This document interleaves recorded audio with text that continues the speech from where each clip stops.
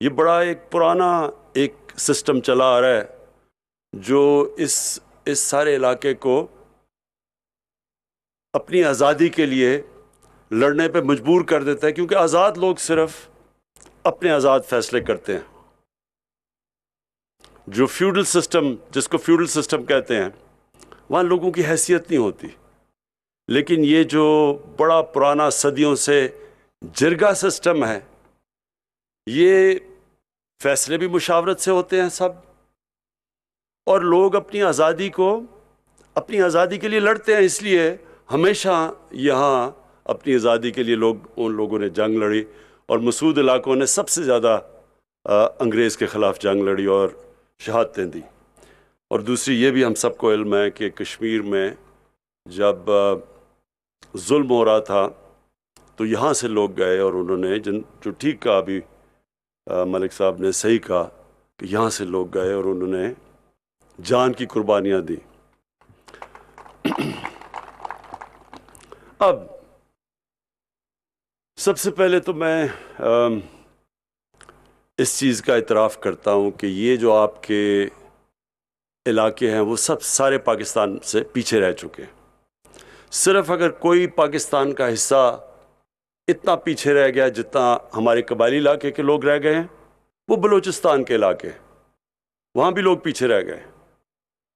اور جو انویسٹمنٹ کی ضرورت ہے، یعنی جس پیسے کی ضرورت ہے، آپ نے کہا نا 50 کروڑ سے 1 ارب تک، اس سے بہت زیادہ پیسے کی ضرورت ہے۔ یہاں علاقہ بڑا ہے، مسائل بہت ہیں، تعلیم کا مسائل ہیں، ہسپتال آپ کے بنانے، ابھی ایک ہسپتال یہ 2016 سے تھا، ابھی جا کے اس کو فنکشن کیا، کیونکہ بڑا مشکل تھا گورنمنٹ کے لیے ہسپتال چلانا یہاں۔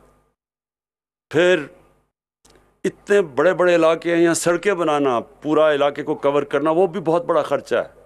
شہروں میں مثلاً پشاور اور اس سارے پشاور ویلی کے اندر تو چھوٹے چھوٹے فاصلے ہیں، سڑک بنانا آسان ہے، یہاں آپ کے فاصلے بڑے بڑے ہیں۔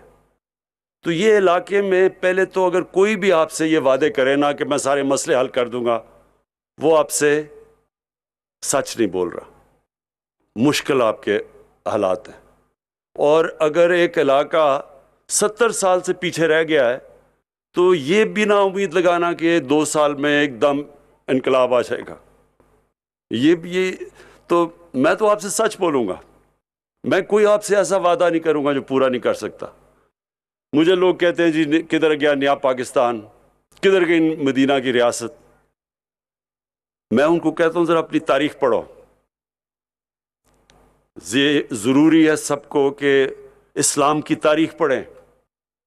مدینہ کی ریاست جب بنی تھی تو کیا دنیا کے عظیم لیڈر اللہ کے حبیب نبی صلی اللہ علیہ وسلم نے کیا ایک دم جا کے وہاں ایک دم مدینہ کی ریاست بن گئی تھی؟ 4-5 سال اس ریاست نے بڑے مشکل وقت گزارا، خطرے میں تھی امت، 2 جنگوں میں، خندق میں اور جنگ احد میں بڑی مشکل سے نکلی امت۔ لیکن آہستہ آہستہ تبدیلی 2 طرح آئی۔ ایک تبدیلی انہوں نے نئے قانون لے کے آئے، قانون کی بالادستی، رول آف لا جسے کہتے ہیں، انصاف کا نظام لے کے آئے۔ پھر فلاحی ریاست بنائی، نچلے طبقے کو اوپر اٹھایا، ٹائم لگا۔ ایک انہوں نے جو دنیا جس طرف جا رہی تھی بادشاہت کے اندر، انہوں نے رخ موڑ دیا، ایک نیا نظام لے کے آئے جس کو آج بھی مدینہ کی ریاست کے جو اصول ہے وہ ماڈرن سٹیٹ ہے۔ آج بھی وہ سارے جو دنیا کی ریاست جو ان اصولوں پہ چلنے کی تھوڑا سا بھی چلتی ہے وہ اوپر آ جاتی ہے۔ انہوں نے ہمیشہ کے لیے ہمیں بتا دیا کہ اگر ایک ریاست نے اوپر جانا ہے تو ان اصولوں کے اوپر چلے گی تو اوپر جائے گی۔ تو وہ ایک دم تو نہیں ہوا، وہ اصول انہوں نے بنائے، اس کے اوپر ریاست نے چلنے کی کوشش کی، مشکلات آئیں، اور پھر دیکھتے دیکھتے دنیا کی تاریخ کا سب سے بڑا انقلاب آیا۔ تو آپ کے سامنے وہ جدوجہد تو ہو رہی ہے پاکستان میں، آج وہ پاکستان میں وہ جو انقلاب ہے اس کی شروعات تو ہو چکی ہیں، اور اگر آپ نے دیکھنا ہے کہ کیسے شروع ہوئی تو یہ سارے چوروں کا ٹولہ جو اکٹھا ہو کے ہر دوسرے دن سڑکوں پہ آ جاتا ہے، ان کی جب آپ شکلیں دیکھیں گے اور جب آپ دیکھیں گے سب اکٹھے ہو گئے ہیں تو آپ کو سب کو مطمئن ہونا چاہیے کہ انقلاب آنا شروع ہو گیا پاکستان میں۔ جب ایک معاشرے کے سارے بڑے بڑے ڈاکو جو 35 سال سے اس ملک کو لوٹ رہے تھے، وہ جب سب اکٹھے ہو جاتے ہیں اور پھر ایک حکومت کہتی ہے میں نے ان کو این آر او نہیں دینا، جتنی مرضی بلیک میل کریں، جنرل مشرف،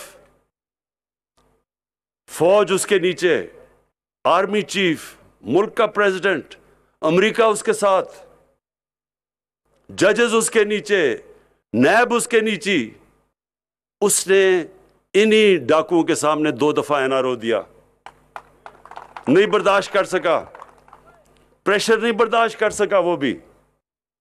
تو جو اصل تو تبدیلی یہ اس طرح آتی ہے جب ایک ریاست کھڑی ہو جاتی ہے اور کہتی ہے قانون کے اوپر کوئی نہیں۔ جو نبی صلی اللہ علیہ وسلم نے کہا کہ میری اگر بیٹی بھی جرم کرے گی تو اس کو سزا ملے گی، کوئی قانون کے اوپر نہیں ہے۔ تو یہ جو سارے چوروں کا ٹولہ ہے یہ کیا کہہ رہے ہیں کہ باقی چوروں کو پکڑ کے جیلوں میں ڈالو، لیکن ہم جتنی مرضی چوری کریں ہمیں این آر او دے دو۔ یہ گیم چل رہی ہے۔ تو یہ جو شروع ہے یہ قانون کی بالادستی کی جنگ، اس میں انشاءاللہ جیسے ہم جیتیں گے اس میں اٹھتی ہے قومیں تو ایسے بنتی ہیں۔ اگر قوم کا سارا پیسہ چوری کر کے باہر لے جائے کوئی، سارے بڑے بڑے چور بڑے بڑے محلات باہر بنا لیں، سب کے بیٹے 12 اربوں روپے کے محلوں میں رہ رہے ہیں، وہ اسحاق ڈار کے بیٹے، نواز شریف کے بیٹے، وہ شہباز شریف، سارے اربوں پتی بن گئے۔ کس کے پیسے پہ؟ آپ کے پیسے پہ۔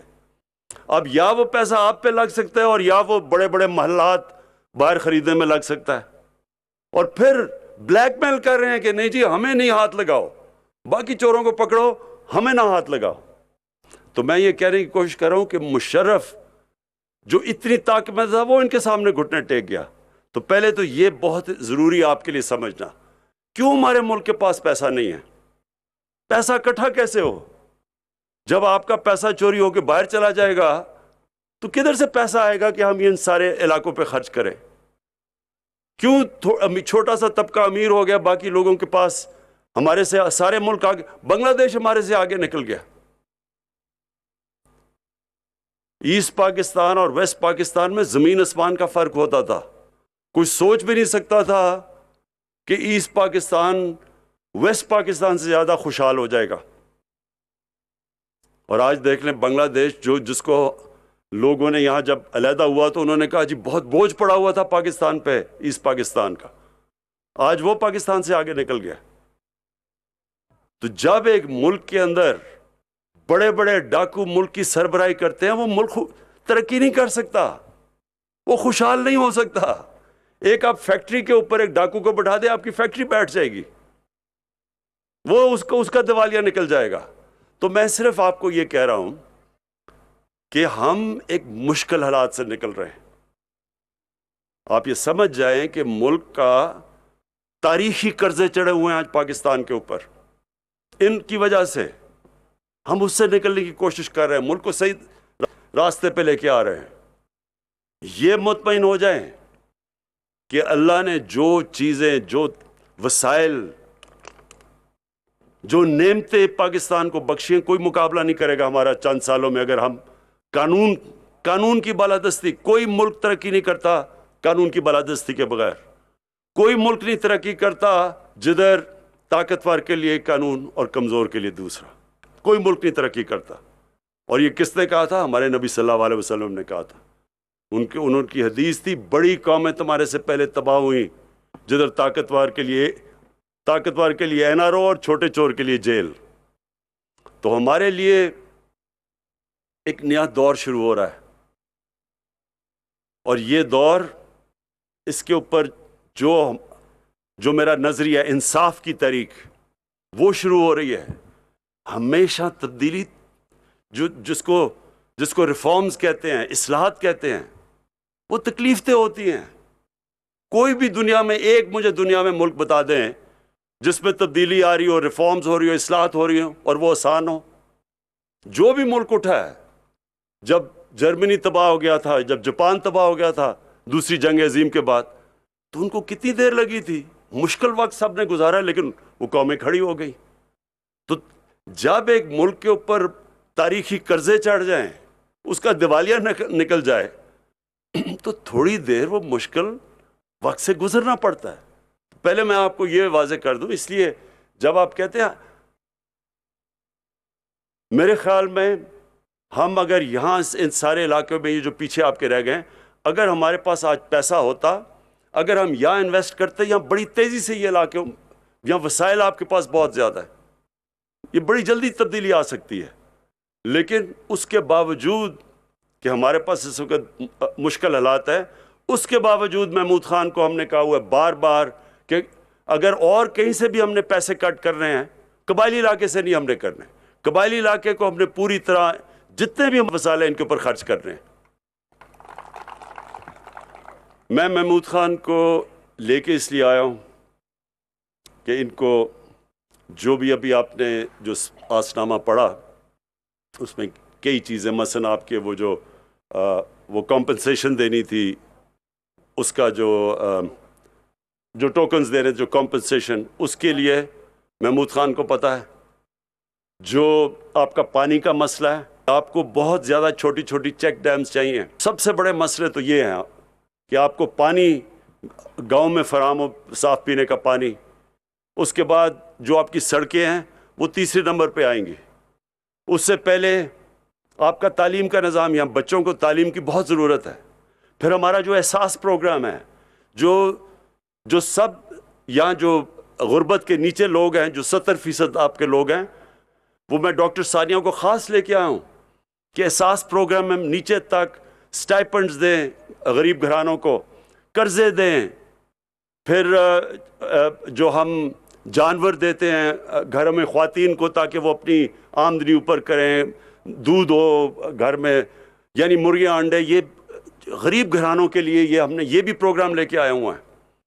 اور جو کامیاب جوان جو آج ہم نے بڑے بڑے قرضے دیے ہیں، اس کے اندر وہ بھی یہ ساؤتھ وزیرستان میں سب ہم دیں گے، کیونکہ یہاں آپ کا یوتھ سب سے زیادہ ہے اور بے روزگاری سب سے زیادہ ہے، تو ان کے لیے بھی آج جو پروگرام ہم نے لانچ کیا ہے۔ اور پھر ایک اور فیصلہ کیا ہے ایجوکیشن سٹی کا، زمین بھی آ گئی ہے اور یہ پختونخوا کی گورنمنٹ اب 5000 کنال کے اوپر پوری ایجوکیشن سٹی بنانے لگی ہے۔ یہاں سارے علاقے کے لوگوں کے لیے اب ہم وہ ہیلتھ انشورنس دے رہے ہیں، ہیلتھ کارڈ آپ کے لیے، ہر خاندان کے لیے، کہ کسی بھی ہسپتال میں جا کے 7 لاکھ روپے تک آپ کا مفت علاج ہو سکتا ہے۔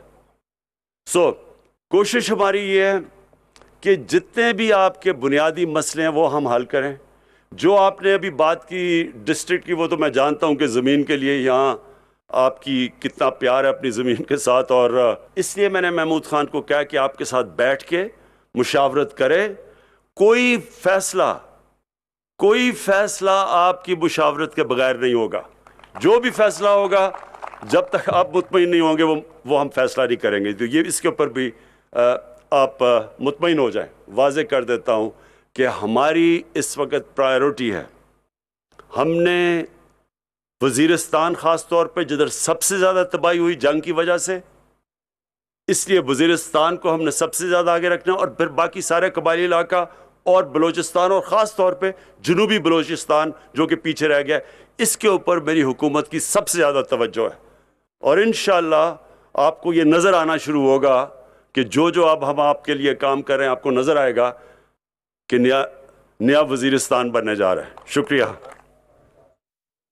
جنوبی وزیرستان کے یہ مناظر آپ دیکھ رہے تھے، وزیر اعظم پاکستان عمران خان خطاب کر رہے تھے۔ انہوں نے کہا کہ پاکستان میں جدوجہد ہو رہی ہے، انقلاب کی شروعات ہو چکی ہے، سارے چوروں کا ٹولہ مل کر سڑکوں پر آ جاتا ہے، ان کی شکلیں دیکھیں تو یقین ہوگا کہ ملک میں انقلاب آنا شروع ہو گیا ہے۔